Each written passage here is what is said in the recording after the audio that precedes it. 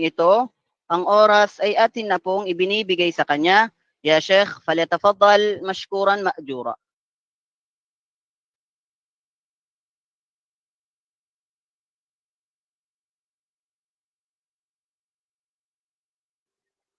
السلام عليكم ورحمة الله وبركاته.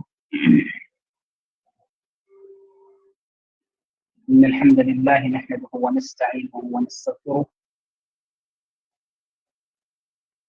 ونعوذ بالله من شرور أنفسنا ومن سيئات أعمالنا. من يهده الله فلا مضل له ومن يضلل فلا هادي له. أشهد أن لا إله إلا الله وحده لا شريك له وأشهد أن محمدا عبد الله ورسوله. أما بعد. Una sa lahat, ang papuri at pasasalamat ay para lamang sa Allah, at ang pagpapala at kapayapaan ay mapasa kanyang huling propeta na si Propeta Muhammad sallallahu alaihi wasallam. Dalangin natin sa Allah subhanahu wa ta'ala na tayo ay kanyang gabayan at gayon din na biyayaan ng kaalaman at higit sa lahat ay pangalagaan sa lahat ng oras. Inshallah, tayo muli ay magbabahagi ng kaalaman patungkol sa napakahalagang bagay ng ating relihiyon at ito ay kabilang sa pang-araw-araw na gawain natin bilang isang nananampalataya. So, gayon pa man, lagi natin dinadalangin sa Allah subhanahu wa ta'ala na bigyan niya tayo ng lakas upang sa gayon ay lalo nating maintindihan ang anumang ating tinatalakay tungkol sa kanyang relihiyon. Kung kaya, huwag natin kalilimutan na ang bawat kaalaman na ating tinatalakay ay bagay na napaka-importante sa buhay ng isang mananampalataya, sapagkat ito yung araw-araw na ginagawa natin bilang isang alipin ng Allah subhanahu wa ta'ala.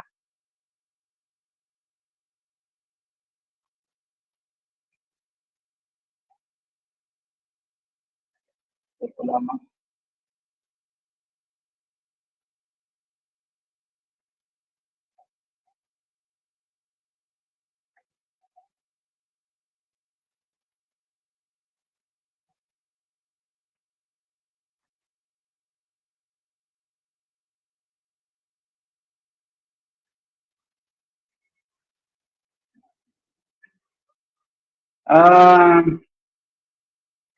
Ngayong hapon, inshallah,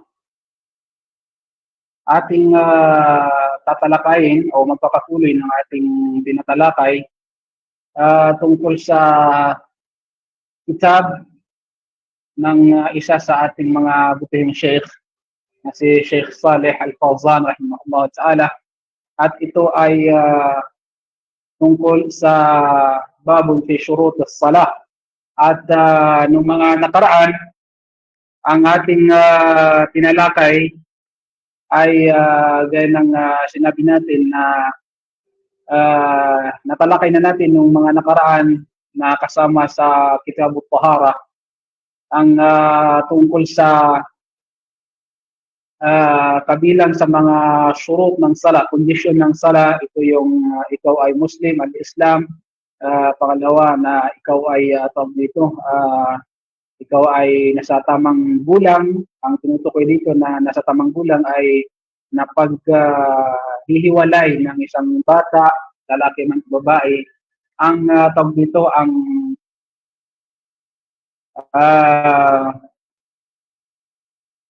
mabuti at ang masama, ang kasalanan at hindi kasalanan.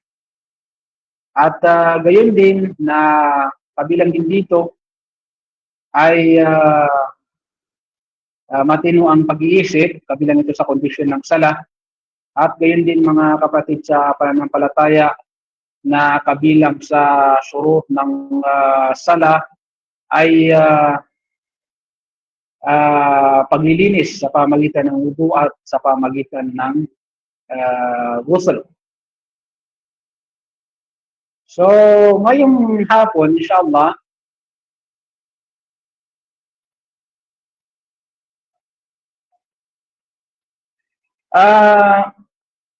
kabilang sa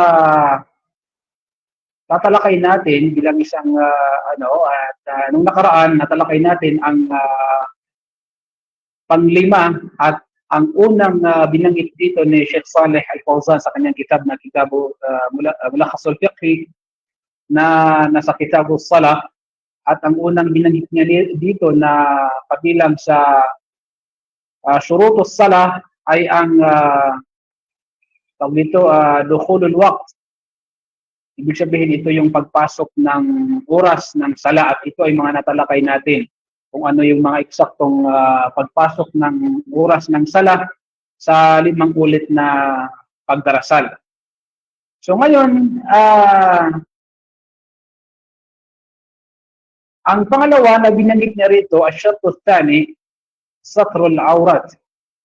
Ibig sabihin, ito ay ang pagtatakip ng aura, na pangalawang binanggit niya rito na kabilang sa kondisyon ng salah, ang satrul awrat, ang pagtatakip ng aura.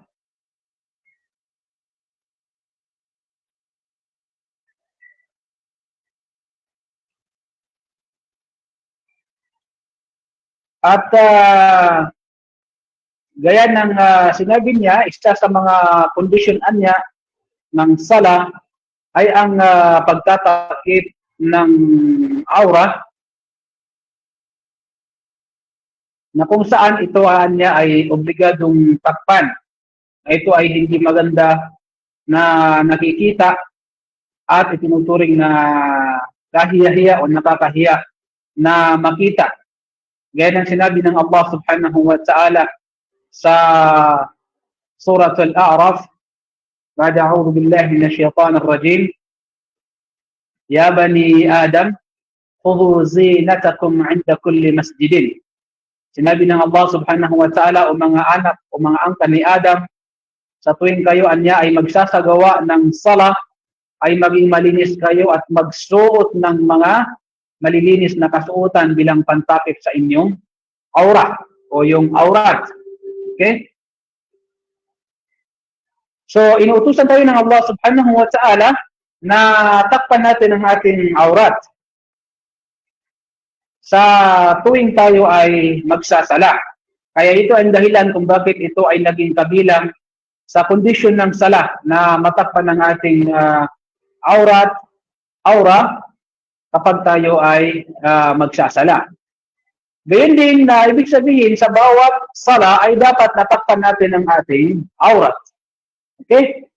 At ang propeta sallallahu alaihi wasallam, kanya itong binanggit na sabi nito, la yaqbalullahu salata haidin illa bi khimari. Ang hadith na ito ay isinalaysay ng isa sa kanyang mga may bahay na si Aisha radhiyallahu anha, ang ummul mu'minin. Sinabi ni Propeta Muhammad sallallahu alaihi wasallam, la yaqbalullahu salata haidin illa bi khimari. Ibig sabihin na hindi tinatanggap ng Allah subhanahu wa ta'ala ang sala o pagdarasal ng isang babaeng nagririgla, ang nasa sapat na gulang, maliban kung mayroon siyang khimar. Ang khimar, kung naalala niyo, ito po yung binanggit natin sa Kitabut Tahara, na ang khimar na tinutukoy dito, mga kapatid sa pananampalataya, ito yung pantakip ng babae na maaring mahaba, lumalagpas ito sa kaniyang tuhod o lumalagpas sa kaniyang pusod. Ang tawag dito ay khimar, yung parang pangsala ng babae. Yes. So ito yung tinatawag na khimar. Okay, yung pantakip ng kaniyang ulo, anumang klase na itinatakip ng sa kaniyang ulo, na mayroong mga ipinambabalot o may mga tali para ito ay mahigpit, yung tawag po dito ay khimar. So sinabi ni Propeta Muhammad sallallahu alaihi wasallam, la yaqbalu Allahu salata haidin illa bi khimarin. Ibig sabihin na binanggit niya rito ang haidin, hindi matatanggap ang sala ng haid maliban sa anya kung ito ay nasa pamamagitan ng khimar. So ang haid na tinutukoy dito, ibig sabihin na yung tao na nasa sapat na gulang na, yung babae na nasa sapat ng gulang. Kapag ang babae ay nasa sapat na gulang na, hindi matatanggap ang kanyang sala kapag hindi siya nakasuot ng khimar. So malinaw na kung ang bata halimbawa na babae na hindi pa inabot ng sapat na gulang, hindi siya naobliga or kung siya ay magsasala bidun ni khimarin, ay labas, hindi ito magiging problema. So kaya nilinaw dito ng Rasulullah sallallahu alaihi wasallam yung babae na nagririgla na, ibig sabihin na inabot na ng sapat na gulang, hindi matatanggap ang kanyang sala hanggat hindi siya magsuot ng khimar. Yes, yung pantakip sa katawan kapag siya ay nagsasala. Gayon din na binanggit din dito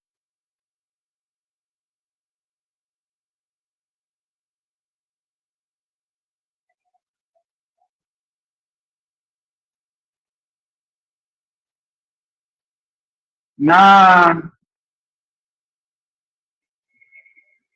sabi ni Propeta Muhammad, nasabi ni Abu Abdul Bar, na sabi nito, sila ay nagkaisa na ang sala ng sinuman na o sinumang nag-iwan ng kanyang kasuotan habang siya ay may kakayahang magtakip sa kanyang sarili nito at siya ay nagsala ng napahubad ay walang bisa ang kanyang sala. Yung sinuman na nagsala na iniwan niya ang kanyang kasuotan, ibig sabihin hindi siya nagsuot habang siya ay may kakayahan na takpan ang kanyang katawan sa pagdarasal, ang kanyang salaan niya ay walang bisa o hindi matatanggap ang kanyang sala. So sabi rito ni Sheikh Salih Al-Fawzan rahimahullahu ta'ala, walang pagkakaibaan niya ang pagiging obligado ng pagtatakip ng aura sa nagsasala at sa harapan ng mga tao. Yung nagsasala, pati na rin sa harapan ng mga tao, ay walang pagkakaiba. Okay? Ito yung gusto natin linawin dito para sa mga kababaihan at mga kalalakihan. Sapagkat ang nakasanayan natin na kapag tayo ay magsasala, tayo ay magtatakip ng aurat natin. Samantala, kapag tayo ay aalis ng ating bahay, lalabas tayo ng bahay natin, o saan pa man, ay hindi nakatakip yung aurat natin.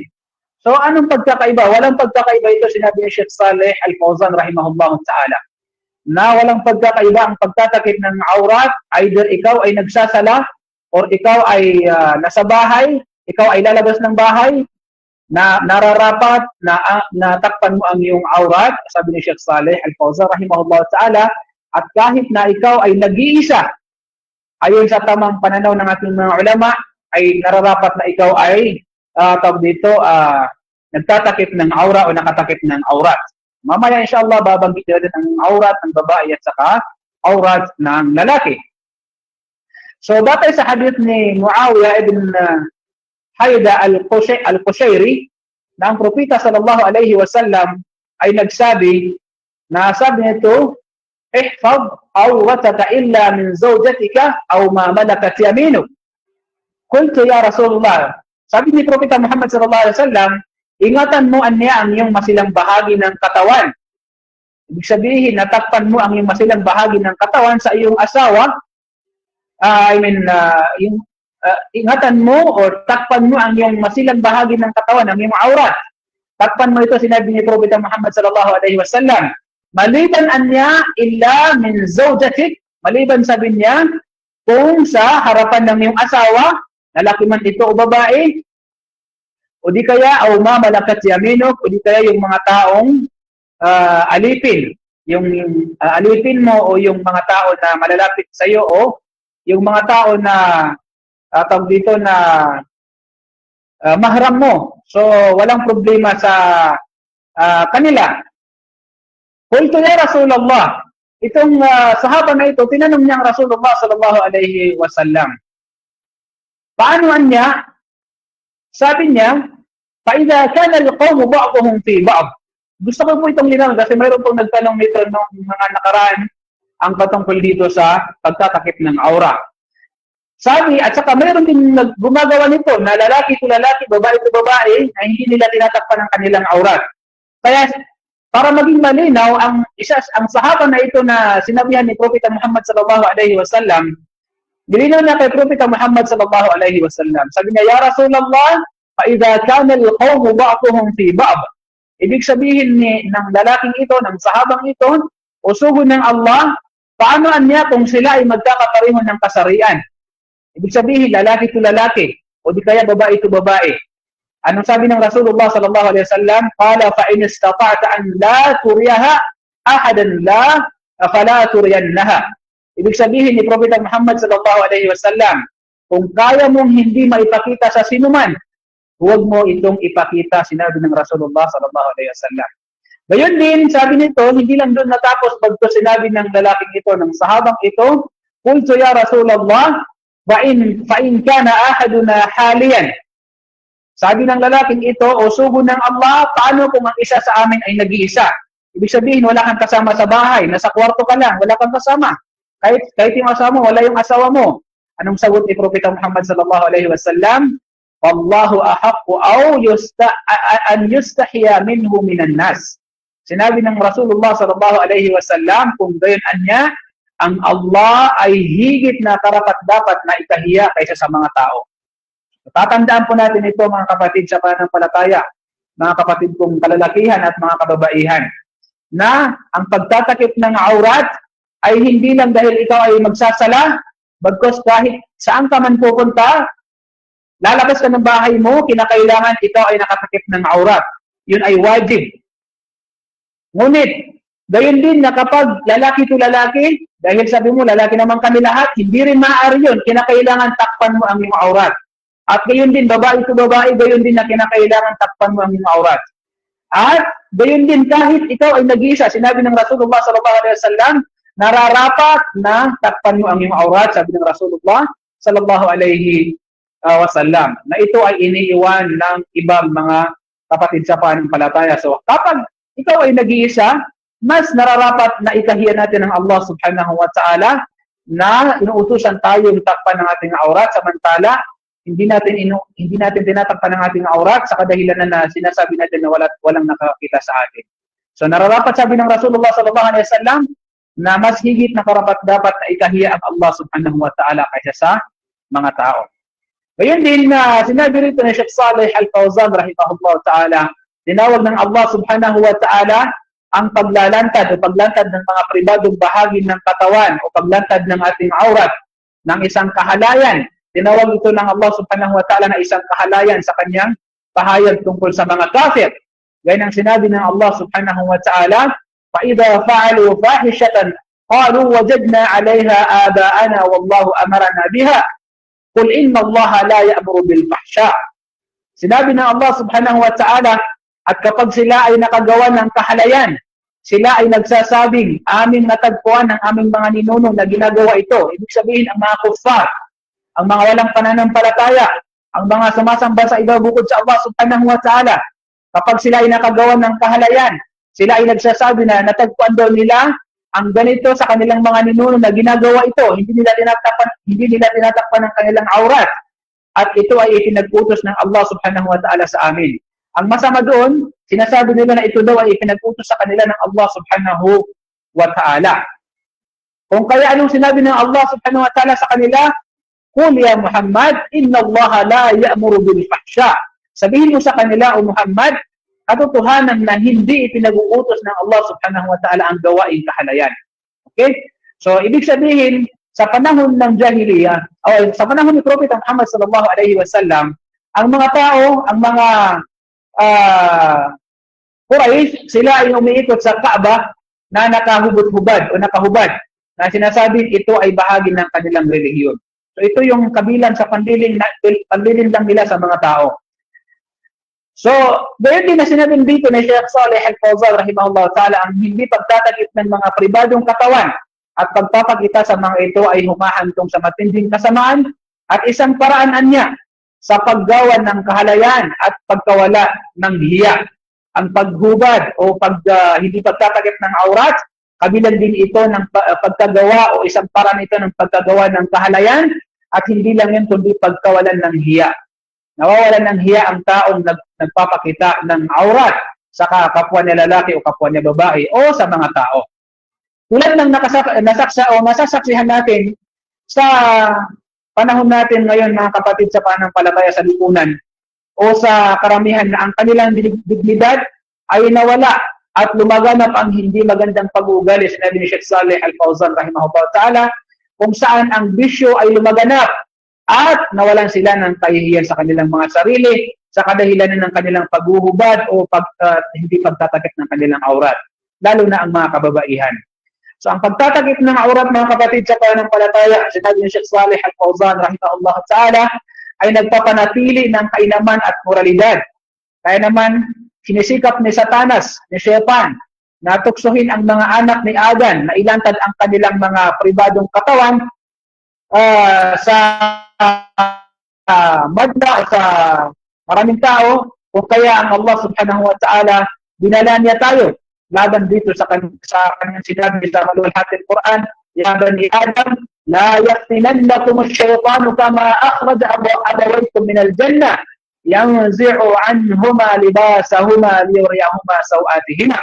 Sinabi ng Allah subhanahu wa ta'ala, o mga angkan ni Adam, huwag ninyong hayaan na malinlang kayo ni Shaytan o ni Satanas na pinagaganda sa inyo ang kasalanan na katulad ng kanyang ginawa sa inyong mga magulang na si Adam at Hawa na sila ay inilabas niya mula sa Al-Jannah, mula sa Paraiso, na dahil doon ay inialis niya sa kanila ang kanilang damit na bilang pantakip ng kanilang o bilang pantakip ng Allah subhanahu wa ta'ala sa kanila upang lumantad ang kanilang aurat, upang hindi lumantad ang kanilang aurat. So ang paglalantad ng mga pribadong katawan o paglalantad ng ating aurat ay isang panlilin lang ni Satanas na marami sa lipunan ng mga tao sa panahon natin ngayon mga kapatid ay nahulog dito, sinabi ni Sheikh Saleh Al-Fawzan rahimahullah ta'ala. At minsan ay tinatawag nila ang kanilang sarili na mas nakakaalam sa tunay na pamumuhay sa mundo at gayon din na sumusunod lamang sila sa mga nauuso. Ibig sabihin ni Sheikh Saleh Al-Fawzan rahimahullah ta'ala, kapag sinabihan mo sila, lalo ng mga kababaihan, na tawag dito na magtakip ng aurat at kanilang aurat o masilang bahagi ng katawan, anong isasagot nila? Sila ay sumusunod lamang sa mga aurat. At nakakalungkot po na ito ay nasasaksihan natin sa panahon natin ngayon. Hindi lang yun. May mga magulang, subhanallah, na kapag sinabihan mo ang kanilang anak na takpan ng aurat nito, anong sasabihin sa'yo ng kanyang magulang? Hayaan mo siyang sumunod sa uso. Subhanallah. Ito po ay maling katuruan mga kapatid sa pananampalataya. Lalo na ang aming mga magulang o lalo na ang mga magulang. Sa kadahilanan na sa ganitong paraan, ikaw ay hihilain ng iyong anak sa impernong apoy o sasabihin na dahil sa iyo ay hindi natakpan ang kanyang aurat dahil hindi mo siya pinaghigpitan sa pagtuturo nito o hindi mo siya pinaghigpitan na takpan ng kanyang aurat, lalo itinuro mo sa kanya na sa tuwing siya, kasi may mga magulang na sa tuwing siya ay maglalagay ng kanyang dilo, yung mga kababaihan, or tawag dito, yung kanilang mga anak na lalaki na nasasapat na bulan na, ay nagtatakip ng aurat, may mga magulang na sabi nila, huwag mong suotin yan. Dahil tawag dito, hindi ka gaganda dyan, hindi ka pupugi dyan. At ganoon din ang mga kababaihan, lalo na sa mga kababaihan. So ito po ay maling-mali mga magulang. Alalahanin po ninyo na sa kabilang buhay, idadahilan ito ng inyong mga anak at kayo ay maaaring maging dahilan na mahulog sa impyernong apoy sa kadahilanan ng hindi niyo paghihigpit ng pagtuturo sa inyong mga anak, lalo na ang pagtatakip ng aurat. Kaya nga nakakalungkot sa panahon natin ngayon ay yung mga magulang na hinayaan nila ang kanilang mga anak. Sa panahon natin ngayon ay may mga kababaihan at marami sa kanila ang hindi nagtatakip ng aurat at ang dahilan nila ito ay mainit. So dahil sa kadahilanan noon na nung bata pa sila ay hindi sila pinaghigpitan ng kanilang mga magulang. Dahil lumaki sila na ganun ang kanilang nakasanayan. Ay hindi sila nasanay sa kainitan ng panahon sa hindi nila pagtatakip ng kanilang aurat. So tatandaan niyo po na hanggat ginagawa po nila itong mga magulang na hindi na pinaghigpit sa kanila nung sila ay bata pa o nung sila ay nasa tamang gulang na, ito ay mayroon kayong mayroon kayong madadalang kasalanan hanggat hindi niyo sila pagsabihan sa ganitong kalagayan. Kaya sinabi ni Sheikh Salih Al-Fawzan rahimahullah ta'ala dito sa kanyang kitab na nakakalungkot anya na may mga tao sa panahon natin ngayon na ito ang kanilang ginagawa, na sinasabi nila na mas nakakaalam sila sa pamumuhay sa panahon ngayon, sa kadahilanan na dapat ito ang kanilang isusuot o di kaya sasabi nila na sila ay sumusunod lamang sa uso. Kaya nangyari sa ganitong mga kadahilanan, mga kapatid, sa pananampalataya, nagpatayo sila ng mga lugar kung saan ginagawa ang mga hindi kaaya-aya at kahihiyan o kahalayan, at lumaganap ang kahalayan ng mga kababaihan na kung saan inilalantad nila ang kanilang katawan sa mga lalaki ng walang kahihiyan. Sinabi ni Sheikh Salih Al-Fawzan rahimahullah ta'ala. O kaya sinabi nito, ikaw na Muslim, sinabi ni Sheikh Salih Al-Fawzan rahimahullah ta'ala, ikaw na Muslim, tunay anya na obligado ang pagtatakip ng mga masilang bahagi ng katawan o pagtatakip ng aurat, ng damit na hindi nalalantad ang balat natin. Gaya ng sinabi ng Allah subhanahu wa ta'ala, Ya bani Adam, qad anzalna alaykum libasan yuwari sawatikum o libasan yuwari sawatikum. O mga angkan ni Adam, sabi ng Allah subhanahu wa ta'ala, katiyakan anya, lumikha kami para sa inyo ng kasuotan na inyong itatakip sa inyong mga aurat o pantakip sa mga katawan, lalong-lalo na sa mga masisilang bahagi nito. Kaya ang pagtatakip niya ng masilang bahagi ng katawan, sinabi ni Sheikh Salih Al-Fawzan rahimahullah ta'ala, ng damit na nakakatakip ay isang kanais-nais at obligado. Ito ay wajib. At ang aurat ng lalaki ay mula sa pusod. Ito yung aurat po pa sa mga kalalakihan. Tatandaan niyo po ito, mga kalalakihan. Ang aurat o masilang bahagi na hindi maaaring makita ng sinuman, lalaki man o babae, maliban sa iyong asawa, ang hangganan nito ay mula sa pusod hanggang sa tuhod natin. Mga kalalakihan, mula sa pusod hanggang sa tuhod natin. Yan ay nararapat na takpan dahil yan po ang aurat natin. Yan po ang masilang bahagi ng katawan natin na nararapat na ito ay matakpan. Sinabi ni Sheikh Salih Al-Fawzan rahimahullah ta'ala. Gaya ng iniulat ni Ali radiyallahu anhu na sinabi nito, sabi ni Propeta Muhammad sallallahu alaihi wasallam, huwag ilantad ang iyong hita, sabi nito, at huwag tumingin sa hita ng buhay o patay na tao. Okay? Gayon din na sinabi rin sa isa pang hadith, natakpan mo ang iyong hita sapagkat ang hita ay aurat. Ang hita ay aurat, sinabi ni Propeta Muhammad sallallahu alaihi wasallam. So, sa kabila ng lahat ng ito, mga kapatid sa pananampalataya, nakakalungkot, sinabi ni Sheikh Salih Al-Fawzan rahimahullah ta'ala, na nakikita natin sa maraming kalalakihan na kapag sila ay sumasali sa mga palaro, sa mga sports, ay nakikita ang kanilang mga hita at napaka-ikli ang kanilang mga kasuotan, yung kanilang mga short. Ito ay isang malinaw, sabi niya, na paglabag sa mga kasulatan, na kung saan nararapat na ito ay kanilang ingatan at sumunod sa mga hukom ng kanilang relihiyon, sinabi ni Sheikh Salih Al-Fawzan rahimahullah ta'ala. At gayon din na huwag pansinin ang anumang bagay na sumasalungat dito. Gayon din na ang aurat ng mga kababaihan, makinig po kayo mga kababaihan, ang aurat ninyo ay lahat ng kanilang katawan. Sinabi ni Sheikh Salih Al-Fawzan rahimahullah ta'ala, ang lahat ng buong katawan ng babae ay aurat o masilang bahagi ng katawan na dapat na ito ay takpan. Gaya ng sinabi ng Rasulullah sallallahu alaihi wasallam na ang lahat ng aurat o lahat ng katawan ng babae ay aurat. Ang lahat ng katawan ng babae ay aurat o masilang bahagi na ito ay nararapat na takpan, sinabi ni Sheikh Salih Al-Fawzan rahimahullah ta'ala.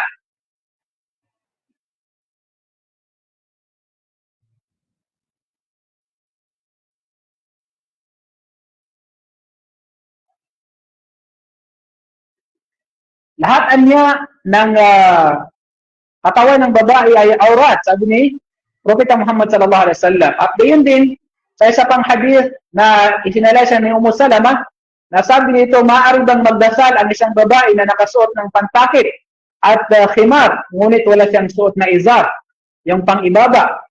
Sinabi ni Propeta Muhammad sallallahu alaihi wasallam sa kanya, kung ang kanyang pantakip ay natatakpan ang katawan nito hanggang sa kanyang mga paa, ay maaari siyang magsala ng o matatanggap ang kanyang sala. Ngunit sabi niya, kung hindi nakatakip ang kanyang kasuotan, yung khimar nito at saka yung kasuotan niyang panloob doon sa pinakaibaba, ay hindi siya maaaring magsala kung nakikita ang kanyang paa. So tatandaan niyo na pati ang paa niyang mga kababaihan ay aurat. Sinabi ng Rasulullah sallallahu alaihi wasallam. So gayon din na isinalasay din mula kay Aisha radhiyallahu anha na sinabi nito na hindi tinatanggap ng Allah subhanahu wa ta'ala ang sala ng babae na sa tamang gulang maliban kung siya ay nakasuot ng khimar. So hindi matatanggap ang sala ng sinuman na nasa tamang gulang na maliban kung siya ay nakasuot ng khimar. At gayon din na sinabi ni At-Tirmidhi na ang gawain ng mga scholar ay kung ang isang babae niya ay umabot na sa pagdadalaga at nagdarasal na walang takip ang bahagi ng kanyang katawan, ang kanyang salaan niya ay hindi matatanggap o hindi tama ang kanyang sala kapag hindi niya tinakpan ang kanyang buong katawan. So ito ang mga hadith kasama ang pahayag ng Allah subhanahu wa ta'ala tungkol dito. Kaya rin ang sinabi ng Allah subhanahu wa ta'ala, وَلَا يُبْدِينَ زِينَتَهُنَّ إِلَّا مَا ظَهَرَ مِنْهَا وَلْيَضْرِبْنَ بِخُمُرِهِنَّ عَلَى جُيُوبِهِنَّ وَلَا يُبْدِينَ زِينَتَهُنَّ إِلَّا لِبُعُولَتِهِنَّ. Sinabi ng Allah subhanahu wa ta'ala, at huwag nilang ilantad ang kanilang kagandahan sa mga kalalakihan, kundi pag sumikapan nila na ito ay maitago maliban sa mga nakalantad na pananamit na nakasanayan na ito ay nakalantad na kasuotan. Kung ito ay hindi nagdudulot ng anumang fitna o panghahalina na makagawa ng kasamaan, at ibababa nila ang panakip ng kanilang ulo hanggang sa matakpan ang kanilang mga dibdib na natatakpan nito ang kanilang mga mukha upang mabuo ang kanilang panakip, at huwag nilang ilantad, sabi ng Allah subhanahu wa ta'ala, ang anumang kagandahan na nakatago maliban lamang sa kanilang mga asawa ng mga kalalakihan. At sinabi pa ng Allah subhanahu wa ta'ala, Ya ayyuhan nabi, qul li azwajika wa banatika wa nisa'il mu'minina yudnina alayhinna min jalabibihinna. O propeta ng Allah, sabihin mo, sabi ng Allah, o propeta, sabihin mo sa iyong mga asawa, sa iyong mga anak na kababaihan, at sa mga kababaihan na mga mananampalataya, natakpan nila ang kanilang mga ulo at kanilang mga mukha hanggang sa bahagi ng kanilang mga kasuotan. So ang Allah ay nagsabi rin sa maluwalhating Quran, wa idza sa'altumuhunna mata'an fas'aluhunna min wara'i hijab, dhalikum athharu liqulubikum wa qulubihin.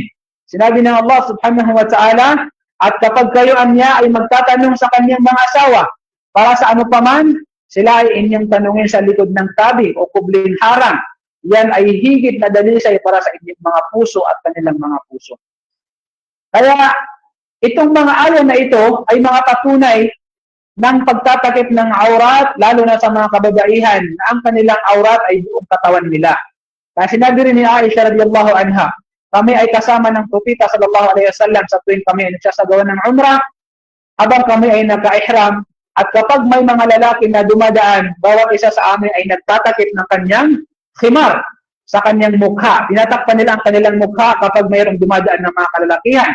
At kapag sila ay nakadaan na, sabi ni Propeta Muhammad SAW, ay nagtatanggal na kami ng takip. Ibig sabihin, kapag nakadaan na sila, ay magtatanggal sila ng kanilang takip.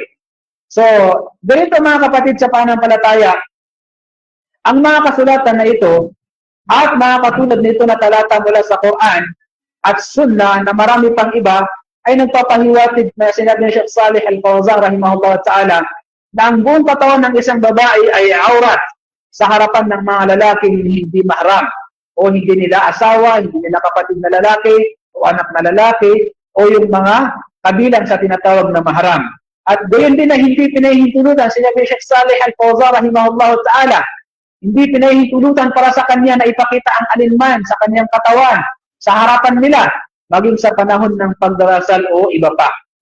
Kahit sa pagdarasal ay kinakailangan matakpan ang katawan buong katawan ninyo, mga kababaihan, at gayon din sa mga iba pang pagkakataon. Gayon pa man, kung siya, sinabi ni Sheikh Salih Al-Fawzan rahimahullah ta'ala, ay nagdarasal o nagsasala sa isang lugar na walang mga lalaking hindi mahram, dapat niyang tanggalan ng takip ang kanyang mukha habang nagsasala. So kapag kayo nagsasala sa inyong mga bahay, sa inyong mga kwarto, kinakailangan na buksan ang inyong mga mukha, tanggalan ng khimar, yung mukha nyo, dahil hindi ito aura sa inyong pagdarasal. Sa inyong pagdarasal, hindi kasama sa aura yung mukha, maliban kung tayo ay nagsasala sa isang lugar na may mga kalalakihan na tawag dito na hindi ni mahram, kinakailangan yung takpan ang inyong mga mukha. Ngunit ito ay aura sa harapan ng mga lalaking hindi mahram. Kaya bawal nilang makita ang aurat niya ng babae ito na hindi maaaring makita ito ng mga lalaki na hindi nila mahram. Okay?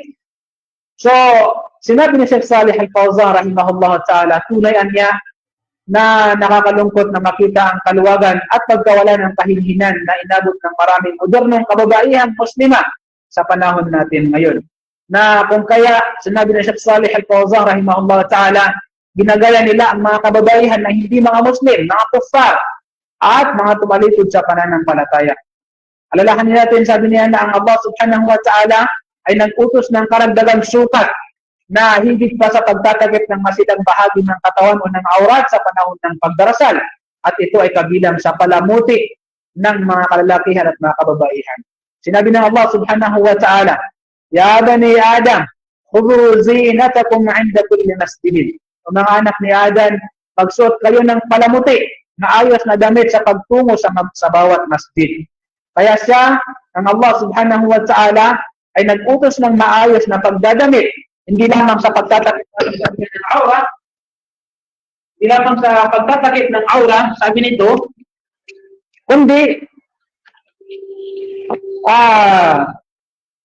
hindi lamang sa pagtatakip ng pribadong katawan natin, ng aurat natin, kundi ito ay nagpapahiwatig din na ang isang Muslim ay dapat na magsuot ng kanyang pinakamahusay at pinakamagandang damit sa panahon na siya ay magsasala sa pagtayo sa harapan ng Allah subhanahu wa ta'ala. Kaya mga kapatid, sa pananampalataya, ang nagsasala ay dapat na nasa pinaka-perfectong kalagayan, panlabas man at panloob, habang siya ay nagsasala, sapagkat ito yung karapat-dapat para sa kanya dahil siya ay haharap sa o tatayo sa harapan ng Allah subhanahu wa ta'ala na dapat o nararapat na siya ay malinis, siya ay pinakamaganda, siya ay may suot o may kasuotan na pinakamagandang kasuotan kapag siya ay nagsasala. Kaya nararapat na tayo ay nakasuot ng maganda kapag tayo nagsasala sapagkat sa ganitong paraan matatakpan natin ang ating aurat at sa ganitong paraan ay madali tayong o nandoon ang ating khusyu kapag tayo ay nakatayo sa harapan ng Allah subhanahu wa ta'ala. Kaya nararapat mga kapatid sa pananampalataya na nabibilang o kabilang sa tawag dito sa syurut o ng kondisyon ng sala ay ang pagtatakip ng aurat. Kung kaya tayo bilang isang mananampalataya, takpan natin ating aurat, hindi lang sa pagdarasal. Sinabi ni Sheikh Salih Al-Fawzan rahimahullah ta'ala, bagkus kahit na tayo ay lalabas sa ating mga bahay o tayo ay nasa mga bahay natin, maliban kung nasa harapan tayo ng ating asawa, ay kinakailangan natin magtakip ng ating aurat ng masilang bahagi ng katawan. Lalaki man sa lalaki o tawag dito, kapwa lalaki o sa harapan ng kapwa babae, hindi po nararapat na tayo ay hindi magtakip ng aurat sapagkat sinabi ni Propeta Muhammad sallallahu alaihi wasallam, nararapat din na kahit tayo ay nasa harapan ng kapwa natin lalaki o kapwa babae, nararapat na tayo ay magtakip ng aurat natin dahil ito ang utos na napakaganda mula sa Allah subhanahu wa ta'ala at yun din sa ating mga anak Propeta sallallahu alaihi wasallam. Jazakumullah khairan po, barakallahu fikum. Pagpatuloy po rin ito insyaAllah sa mga ibang araw. Assalamualaikum warahmatullahi wabarakatuh. Waalaikumsalam warahmatullahi wabarakatuh. Subhanallah wa alhamdulillah. Isa na namang malalim at malawak na kaalaman ang naibahagi sa atin ng ating tagapagsalita na si Sheikh Salman Hasan. Ya Sheikh, kung inyo pong mamarapatin, kayo po ba ay tumatanggap ng ilang mga katanungan mula sa ating tagapakinig? Inshallah po, inshallah. Alhamdulillah. So ngayon ay binubuksan po namin ang Q&A session sa mga nais magtanong patungkol sa topiko ng ating tagapagsalita na si Sheikh Salman Hasan. At paalala lang po sa mga kababaihan, kung kayo po ay nais magtanong ay paki-iwan na lang po sa may chat box. Inshallah ay aking tutugunan ang inyong aking babasahin ang inyong mga katanungan. At sa mga kalalakihan naman po ay maaari po kayong magtaas ng inyong mga virtual hand upang direktang magtanong kay Sheikh Salman Hasan. So kami po ay maghihintay. Bismillah po.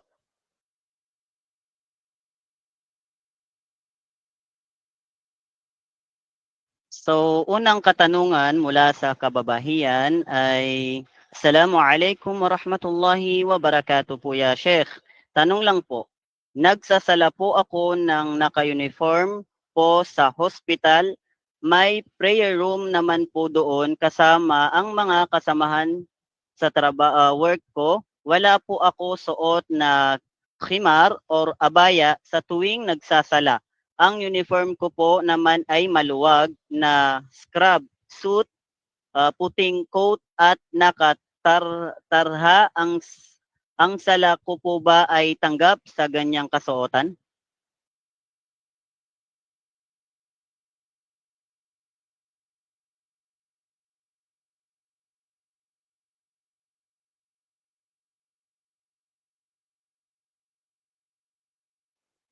هل سمعت يا شيخ؟ Na, shot na hulog ako. Tawag dito, yung pagsasala, at least may sagawa natin yung nararapat na pagtatakip ng aura, tatakpan natin yung aurat natin. Kahit na hindi tayo ng abaya, basta ang importante yung kasuotan natin, alam natin na tawag dito na hindi hindi umaaninag at gayon din na hindi masikip because ito ay maluwag at natatakpan ang buong katawan natin. So walang masama na tayo ay magsala. Gayon din po mga kapatid, mga sister, yung pagsasala sa mga prayer room, either sa masjid, halimbawa ng mga kasama ko ay mga babae, walang masama na magbukas ng magbukas ng mukha. Yung mukha lang ang bubuksan kung kapwa babae sa oras na kayo ay magsasala. Ngayon din sa harapan nila walang problema. So, ang tinutukoy natin dito, yung tungkol sa pagsasala, kapag tayo ay magsasala, nararapat na takpan ang mukha kung mayroong mga kalalakihan na hindi mo maharap. Yun yung binanggit dito ni Sheikh Saleh Al-Fawzan, rahimahullah ta'ala, nararapat na takpan ng mukha kung mayroong mga kalalakihan dito na hindi mo maharap habang ikaw ay magsasala. So, sa gayong katanungan, walang masama labas kung magsasala ka na kasama mo ay mga kababaihan na ikaw ay magbukas ng mukha at gayon din na yung kasuotan mo ay nararapat na natatakpan ang buong katawan mo sa iyong pagsasala. Lalo na ang paa kasi kabilang sa aurat ng mga kababaihan ay ang kanilang mga paa. Kaya kinakailangan na nakatakip ang kanilang paa at yung kasuotan ng kanilang isasala ay nararapat na ito ay maluwag at hindi nakikita ang kanilang mga katawan. Pati ang hubog ng kanilang katawan ay hindi nararapat na ito ay makita. Wallahu a'lam. Jazakallahu khairan ya Sheikhana Al-Fadil. Okay po. Pangalawang katanungan po. Assalamualaikum ya Ustad. Pwede po siya kahit out of topic, no? Ang suwal niya is out of topic po. Hanggat kaya po natin inshallah, basta kaya natin sagutin nila. Aywa ya Sheikh. Ang kanyang katanungan, kung yung time ba ni Adam, yung time na po na pinalayas sila sa paraiso kasi nagkasala sila, I mean saan po ba sila nakatira nung time na yon, dito ba sa mundo or doon sa langit? Sila po ay nakatira sa paraiso. Pinatira sila ng Allah Subhanahu wa Ta'ala sa paraiso. At yun po ay makikita natin sa Surah Al-Baqarah. Hindi ko lang maalala yung surah nito. Nung sabihin sa kanila ng Allah Subhanahu wa Ta'ala, o Adam, kayo ay manirahan sa paraiso kasama ng iyong asawa. So, ibig sabihin, sila ay nakatira sa paraiso ng Allah subhanahu wa ta'ala sa time ngayon nung hindi pa sila natukso ni Shaytan. Allah ta'ala alam.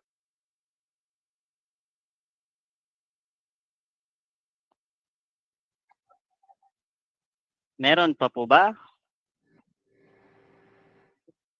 Sa mga kalalakihan po, wala pong tatanong sa inyo? Pakitaas lang po ang virtual hand sa mga kalalakihan upang direkta ang magtanong kay Sheikh.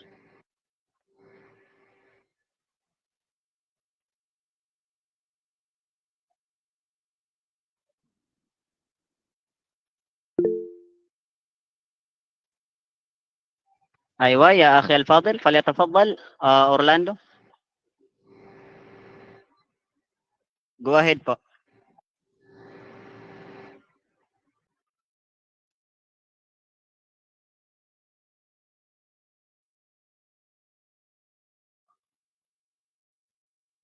Meron po kayong katanungan ya Akh Orlando Ladaw?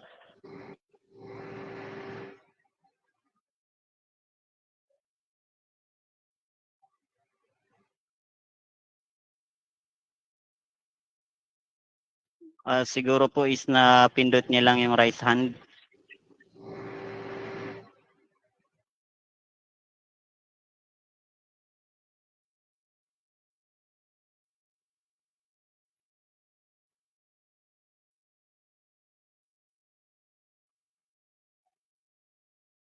So nag-chat na lang po siya ya Sheikh na.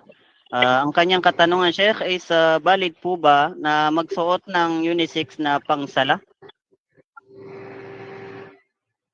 Ano po ang tinutukoy niya na unisex na pangsala? Yung pwede po sa lalaki at pwede po sa babae na kasuotan. Sa mga kalalakihan, siguro na natalakay din natin ang tungkol sa kasuotan ng babae at lalaki. Ang ipinagbabawal lang na kasuotan sa lalaki, maisuot ng lalaki ay yung tinatawag natin na tela na tinatawag natin na tela ng yung silk. Di ba lang po yung pag-alab nito. Yung tela na silk, anumang klaseng damit ang paggawa nito para sa mga kalalakihan, bawal po nila ito isuot.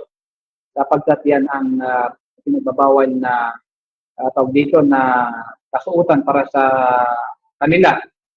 Kung ang tinutukoy niya na unisex na kasuotan ay hindi naman napaparehas sa babae, kasi alam naman natin yung pag nakita natin, tayong mga kalalakihan, kapag nakita natin ay talagang makakategorya natin na ito ay pambabae.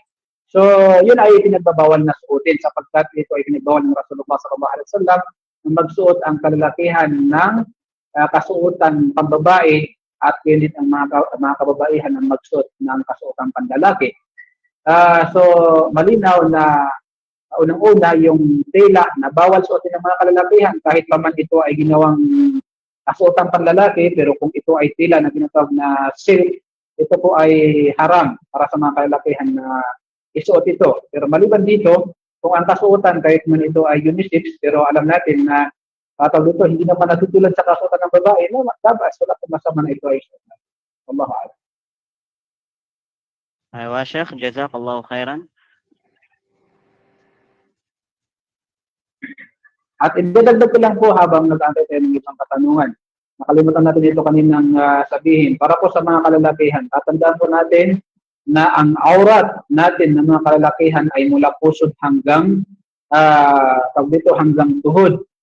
Ito po yung iniingatan natin. Kapag sinabing mula pusod hanggang tuhod, lalo na sa pagsasala, ibig sabihin, pati ang likod natin, likuran natin ay kabilang sa aurat. Kasi lagpas yan ang likuran natin, lalo na sa taas ng puwitan natin, ay tawag dito kabilang yan sa aurat dahil yan ay sa pagitan ng pusod at saka tuhod natin. Bakit ito binanggit sapagkat marami sa panahon natin ngayon, mga kalalakihan, subhanallah, ingatan po ninyo ito sapagkat baka kayo ay nagsasala sa loob ng 30 taon, 20 taon na nagsasala kayo, 10 taon na kayo nagsasala tapos yung sala niyo pala hindi matatanggap dahil hindi hindi ninatakpan ang iyong aurat sa pagsasala. Laging nangyayari ito sa mga kalalakihan na